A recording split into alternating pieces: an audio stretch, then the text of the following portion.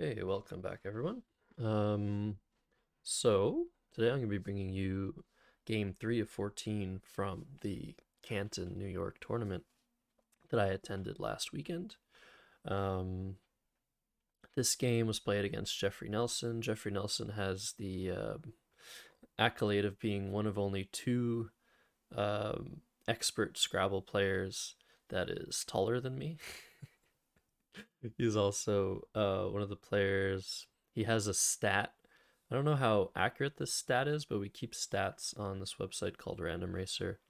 And according to Random Racer, Jeffrey Nelson has the highest average bingo score per game. That means he bingos more than anyone else, even the best players, according to all the data we have from annotated games. Now that could be skewed because he could be just putting games up there where he bingos a lot, um, but this also counts games that other players put up of his. So I don't know, it might be pretty accurate. And yeah, Jeffrey was my third opponent out of 14, and I was definitely worried about this matchup because he is a strong player. And I was first to act, and I've already done a little bit of homework here. But as you can see here, there are three options for my opening rack of placed plus an N. I ended up playing placed at h4 for 28 after giving a lot of thought to whether I should exchange the P. Um, and yeah, it's surprisingly strong to exchange the P here.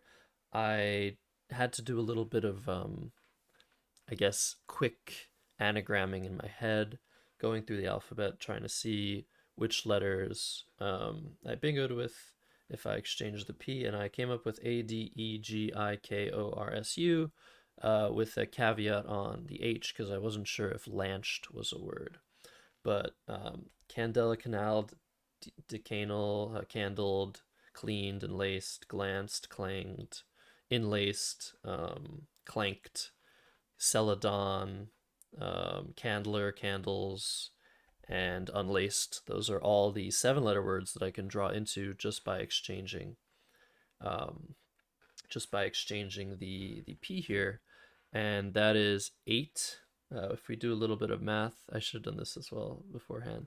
8, 11, 22, 24, 33, and this is what I'm doing in the game. 34, um, 42, 48, 52, 56. So I thought it was 56. It's 58, 60 with the blanks. So 60 of the 93 unseen tiles to me work with a 7 letter word. Now, that 7 letter word could get blocked from time to time, but just as often as I would say in these positions, a 7 letter word would get blocked. Um, you would also be uh, given a spot to play an 8 letter word. If Jeffrey makes a play after I exchange, those letters could also help me to play an 8 letter word if no 7 letter word fits. So that's a pretty accurate representation of how often I will bingo next turn. We see 67% here um, of bingo chances, which corresponds pretty much to 60 out of 93. That's a very good score. The difference also is I'm cutting his bingo chances down by a lot, but I'm also scoring less in the process. So I don't like necessarily when I'm playing a lower rated player to make these sorts of fishing plays, but the rack of candle is actually pretty good here. If I do miss and not hit a 7 letter word, I can score decently, and I'm not really going to get stuck in a I guess a typhoon or or something. I'm not going to get stuck in this whole fishing bonanza that happens sometimes if you're trying to go for a bingo and you miss. Well, you have to do it again because you don't have any way to score, and you're committed to that. But this was a very nice position where I could have exchanged one on the opening rack, and the meta game is very interesting when there's an opening exchange one or exchange two. It's very hard to figure out what the best option, like how much you rely on that exchange for your next play. If you're Jeffrey, do you play a lot shorter than you would normally? Like, do you make a smaller play to not give back as many tiles? Do you exchange back? Do you just not care whatsoever? Um, and obviously, the simulation is going to think that Jeffrey's not going to care whatsoever. He's just going to make a random play after this opening exchange, which seems to benefit the idea of not making it. If Quackle thinks that exchanging P is a little bit worse than making the play of placed, it's probably a bit more so worse than that, just because a human opponent is going to respond a bit more necessarily, sometimes a bit more appropriately to an opening exchange and not give back as much for me next turn. So this was a very, very opening position. That's why I've been talking about it for around 5 minutes now. But it's a very it's very interesting, and there's a lot of thought that goes into this sort of thing at the top level, and also not so much. There's no real answer, honestly. It's very hard to come up with uh, heuristics to really define what a good opening exchange one is. But this was a very close situation. I knew that there was a very that if I analyzed this position, they would be very close. I actually thought that this play of exchange P would simulate better than my play of placed, but it didn't. So I'm happy to announce that I think I made the right play. Um, Place is pretty nice. It doesn't place any vowels next to double letter scores, and scores pretty well. N cap is slightly worse because the L is a bit worse than the N. Um, Mainly, the E here isn't that huge of a deal. It's also a thing, but the S hook also. But yeah, just slightly worse version of placed. And the one drawback to placed is actually what happened in the game. Well, the one drawback to making a long play, end cap or placed, would be that I'm giving a lot back to opponent. Higher bingo chances, higher score, um, higher variance, etc. But what happened in the game was I played placed, and immediately Jeffrey played misplaced. He told me what his leave was here. This was a very nice play for him, 48 points. He said he considered Hawk as well, which would keep misplaced. And I thought that Hawk might be potentially better, but I mean, 48 points is it's really, really good here. And Welk also is an option. And I do want to give this a little simulation because after the game I told him that I liked playing Hawk because you might bingo next turn, and if you don't bingo, you have misplaced. But also, if you play misplaced, you're going to be scoring pretty well next turn. So um, I obviously it'd be very hard to resist this play over the board, but there are some benefits to keeping the MIS for later. As we see, Welk, Misplace, and Hawker are all very close together. I don't know why I put this play here. I can remove that.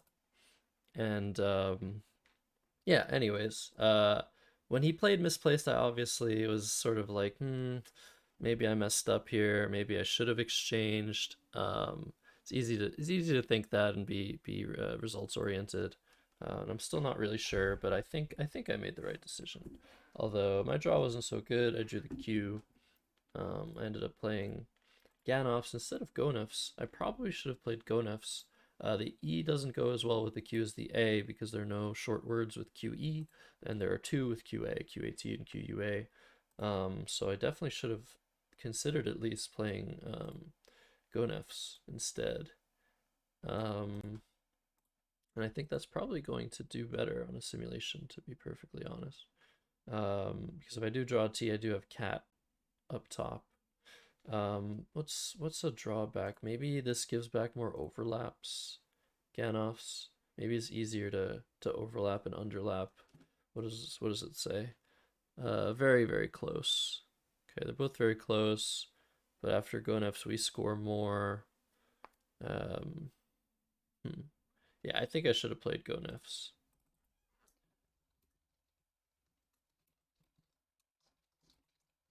Mainly because I draw into cat and qua more often. So yeah, going F seems to be the right play here. That seems like a small mistake. This was a case of just autopiloting. Normally you want to keep an E over an A, but probably not in this situation. So yeah, Jeffrey keeps scoring. He plays Howe for 35. I know he has a K. That's basically all I knew. Maybe he missed OK here. It's possible he had a better play there. And I get my exchange one. So in this situation, I have no Q plays. Um, and I get to exchange just my Q instead of making the opening exchange one. So I thought that was pretty funny. I can also play Lop, but I saw that and I saw it gave a huge, huge scoring spot at 1A. Lots of high scoring letters fit here, the B, the C, the F. Um, so not very defensive or defensible. So I saw that exchanging the Q was going to allow me to bingo very often. But again, I'd already burned a decent amount of time, so I didn't do the full calculation. I just saw that this was a very, very good leave, and it was the best leave I could keep, so I exchanged. Next play is Oka for Jeffrey. He plays Oka for 18. Um, Yeah, and what to say about this play? Maybe he missed OK again. Like, there's some overlaps here that can hurt, but also I exchanged one, so I'm probably bingoing, so I'm probably leaving this spot alone a lot of the time. I drew the M and I missed Implorers and Rampoles. Oh my goodness. Oh no, I didn't draw the M, that's why. Okay. Drew the Y and missed Leprosy and played Polymers. Polymers is better than Leprosy, but I definitely should have seen the 7-letter word on my rack. Luckily, even though it scores 2 more points, the openings it creates, not only the floating letters, but also this huge H12 spot is definitely going to make the 2 points not worth taking here. So I play Polymers. Um, and actually Jeffrey bingos with Inertiae for 77. So I'm back at square one here. I'm down 50.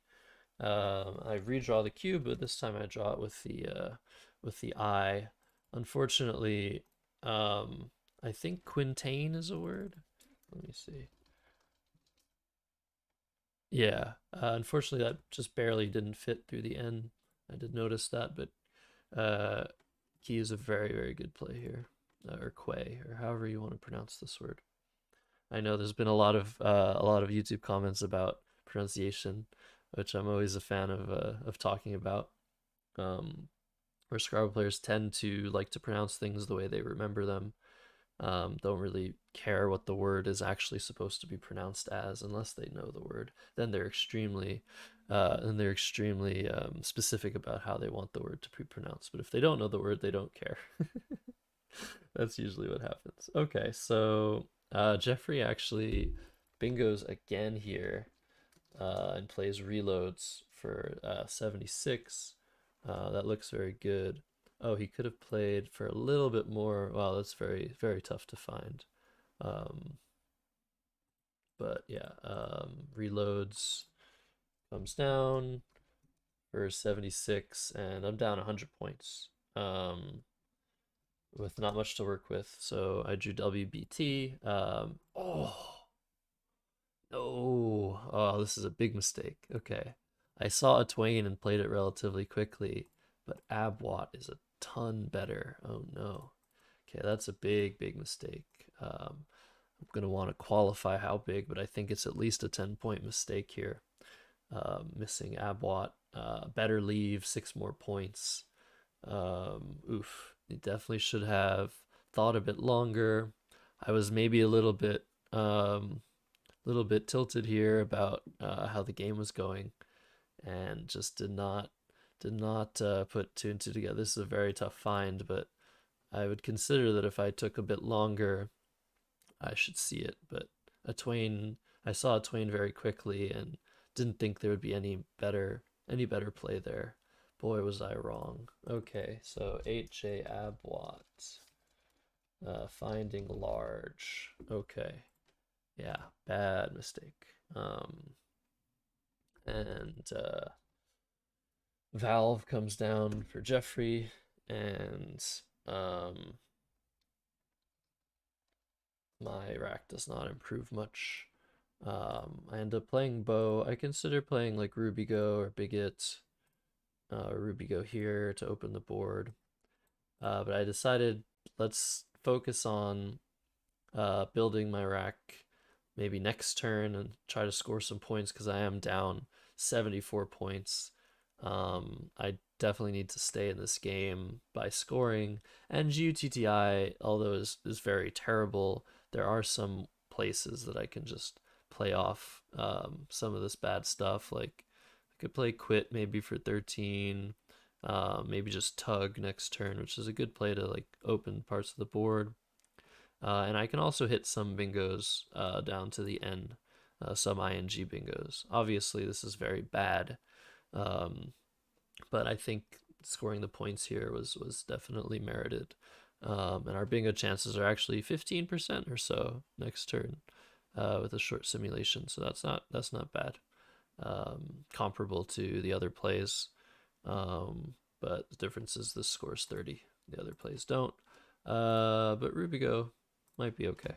Um, I chose a scoring route. It's also psychologically a bit more pressure um, on the opponent when you're continuing to score um, and not give back any scoring spots.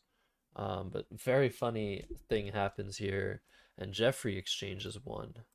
I don't know what letter he exchanged, but this is the third time in the game that an exchange one was at least considered. I considered on the first turn. I actually exchanged one after he played How, and he's now exchanged one. So he's trying it out.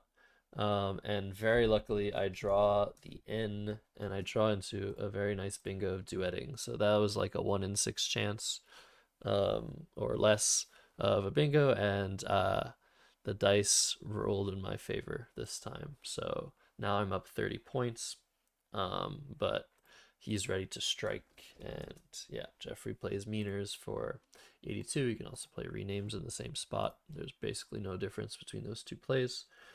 Um, and yeah, now again, I'm down 50 points, but I drew the Z.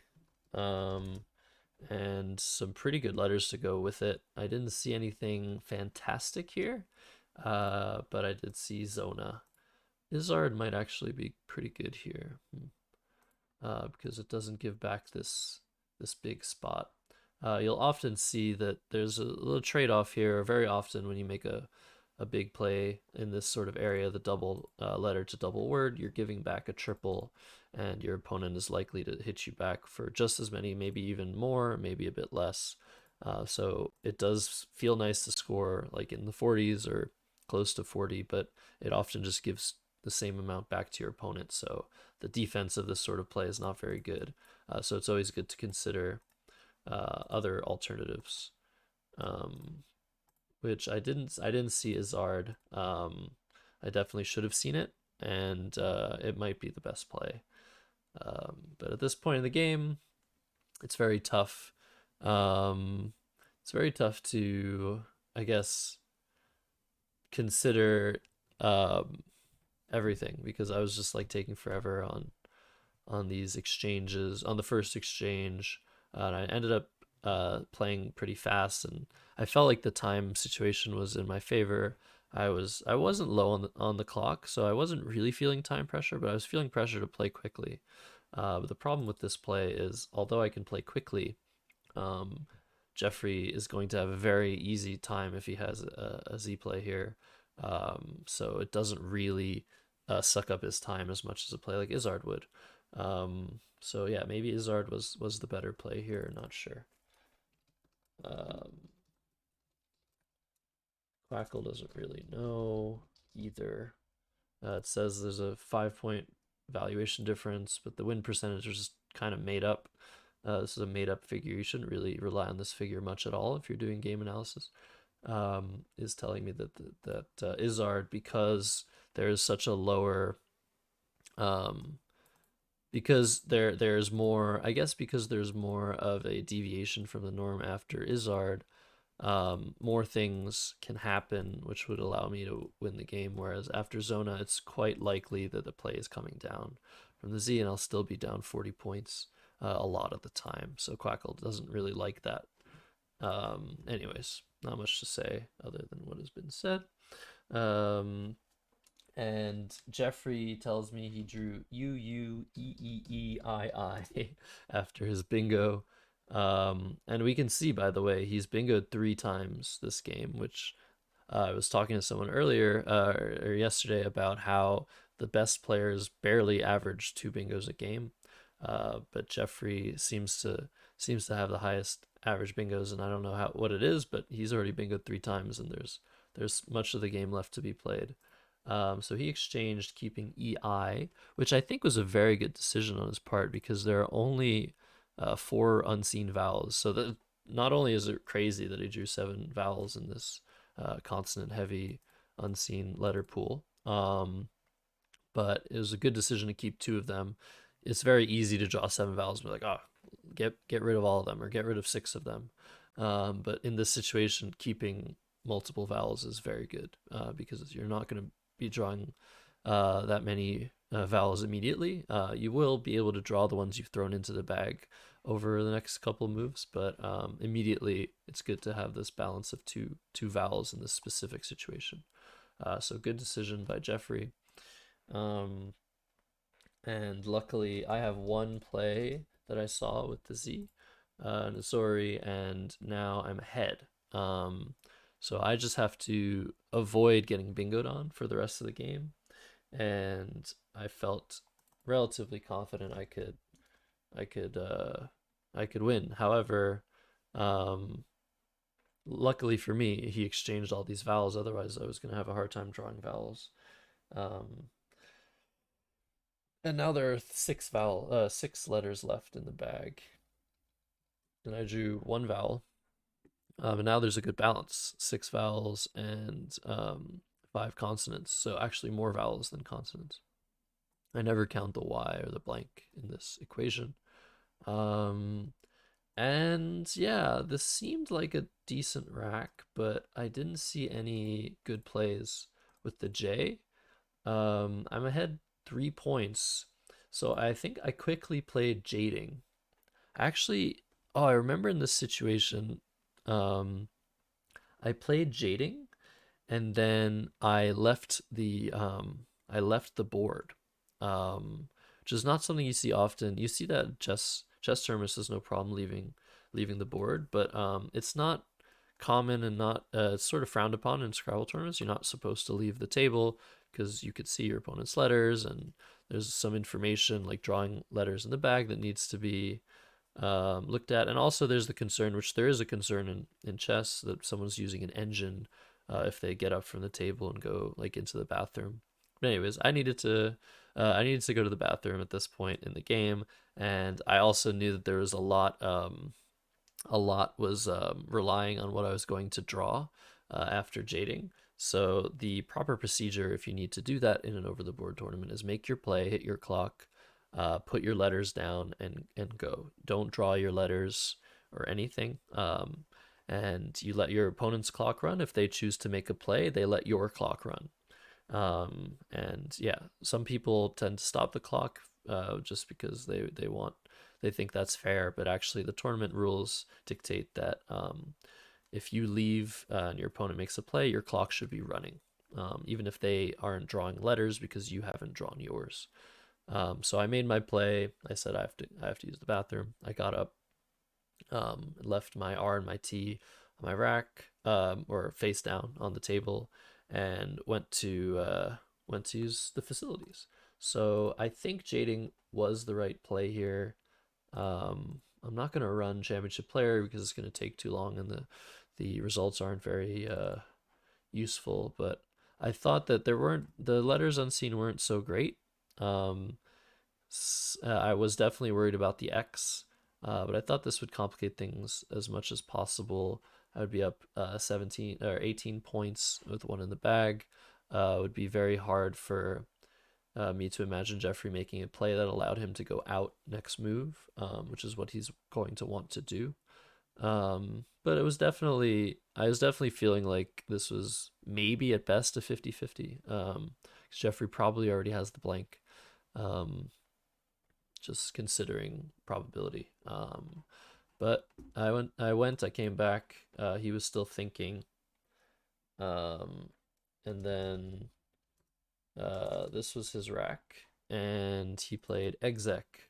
And in this position, to be perfectly honest, you cannot win the game if you're Jeffrey, unless unless you draw the blank. I think refixed seems to be the best move here, um, but it probably falls short. You're leaving yourself with oh, it's not even a word. Oh, okay, never mind. I thought that was a word. I wouldn't have challenged. So never mind. I think it would have been the best play, but it's not actually a word. But we discussed this position after the game. And yeah, he was worried about like plays with the Y, setting up the B that I could make. But this is a very, very ugly position to play as Jeffrey. So yeah, anything that he does pretty much loses to most draws except the blank. And it was a, I guess, 1 in 6 for him to draw the blank because I didn't have it with jading. Um, but luckily I had the blank, and actually the Y was left in the bag, so I had the best possible letters. And I played Beeriest to go out and win the game. So very, very impressive, I would say, comeback. I mean, I'm impressed by how well I drew to be able to do this, to come back into this game because I was down the entire game, but everything just flowed after Zona, him having to exchange, then being able to score, being able to balance my rack with jading, and then drawing the last blank was huge. So yeah, that was the game. I hope you guys enjoyed. 494 me, 421 Jeffrey. And after this game, I'm 3-0 in the tournament, so feeling good. It's always good to start 3-0. 2-1 doesn't feel so good. And the next game is against my clubmate Barbara Bolts. So I look forward to sharing that game with you guys as well.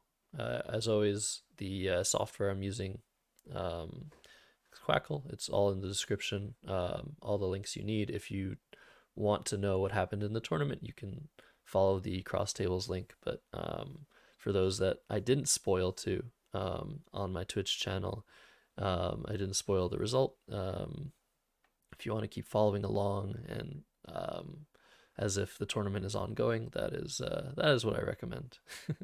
All right, catch you guys later.